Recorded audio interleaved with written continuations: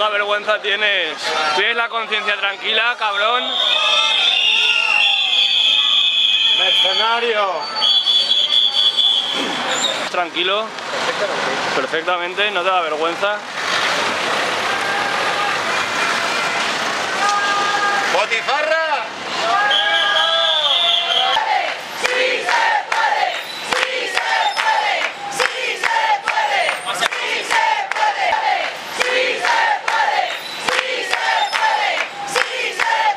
Pase y siéntese ahí.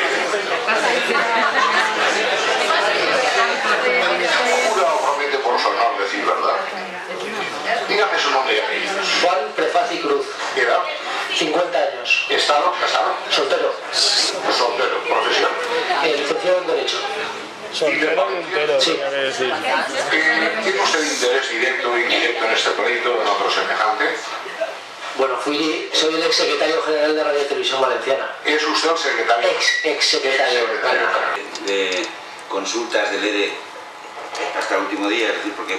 Vamos a ver, nosotros decimos una propuesta mucho más extensa el 16 de agosto que la empresa y en las actas constas dice que no es...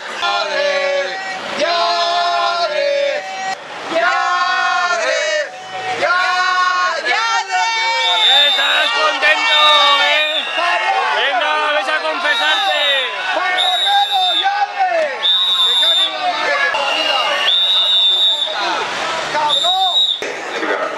Si se acuerda, se relaciona esta categoría de periodistas entre los que estaban adscritos en el informativo el fin de semana o bien a Los que tenían titulación, los que estaban adscritos, los que no habían tenido asistencia voluntaria, todos los demás puntos. Punto 7 de capacitación, pues entonces se consideraba un puesto que se estaba valorando, seguía compitiendo en el siguiente orden, hasta que llegaba al 7, sí, categorías profesionales. Y por ejemplo con los periodistas, redactores y... ¡Lladres!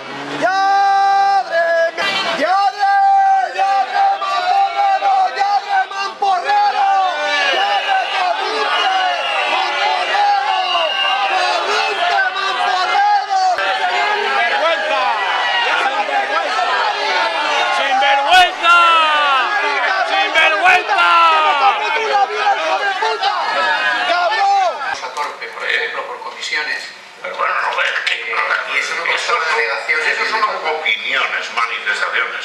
Pero modificación sustancial en la contestación a la demanda, ¿eh? No en conclusión. Vulneración de los derechos fundamentales, concretamente los artículos 14 y 18. Respecto al artículo 14, se ha producido una alteración de la lista de afectados y todo ello por criterios subjetivos. Nos dirá la empresa que habla de criterios de oportunidad y operativos, no dudamos que así sea, pero lo cierto es que la empresa habla de estos criterios, pero que son diferentes de los publicados, de lo que ella misma había elaborado y de los que eran todos conocedores. Ya han sido despedidos, se ha producido evidentemente un trato discriminatorio. Y respecto al derecho a información, el famoso informe PVC se conocía desde 2011, no tenían por qué comunicarlo a la representación de los trabajadores, ciertamente, pero en 2012, iniciado el periodo de consulta, entregado días después, por requerimiento de la representación de los trabajadores y de la propia autoridad laboral. Que al citado informe, por cierto, tampoco cuantifica los costes de externalización porque los hace depender de módulos y otras circunstancias. También tenemos que señalar esa discordancia entre el informe PVC entregado a la representación legal de los trabajadores y la posterior memoria y actuación empresarial. La actuación inicial, que es la que en definitiva estimamos que justifica esta vulneración de este derecho fundamental. Nada más, señoría.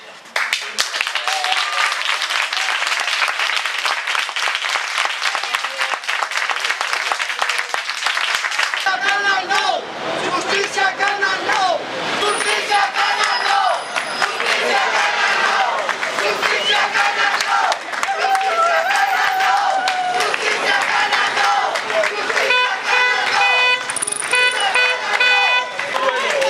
¡Justicia gana no! ¡Justicia gana no! ¡Justicia gana no! ¿Tienes la conciencia tranquila?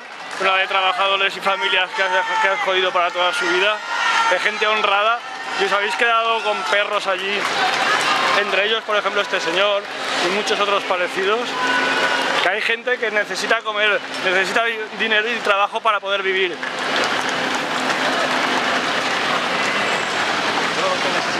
¿Qué voy a hacer? Me voy a ir a vivir ahí bajo el túnel, ¿no? Y siendo usted que se supone una profesional, no sé cómo le da vergüenza coger un cargo como este. Por favor. Por favor, que...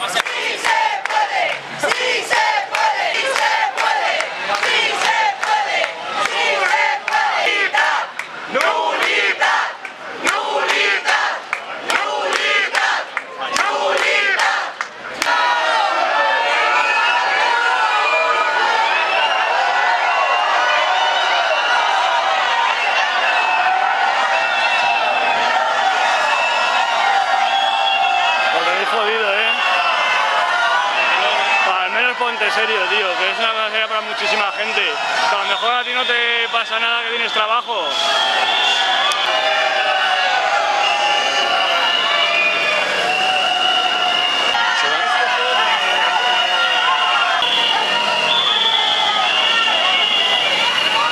¿Cómo defendéis una cosa así cuando hay gente sin trabajo por culpas políticas?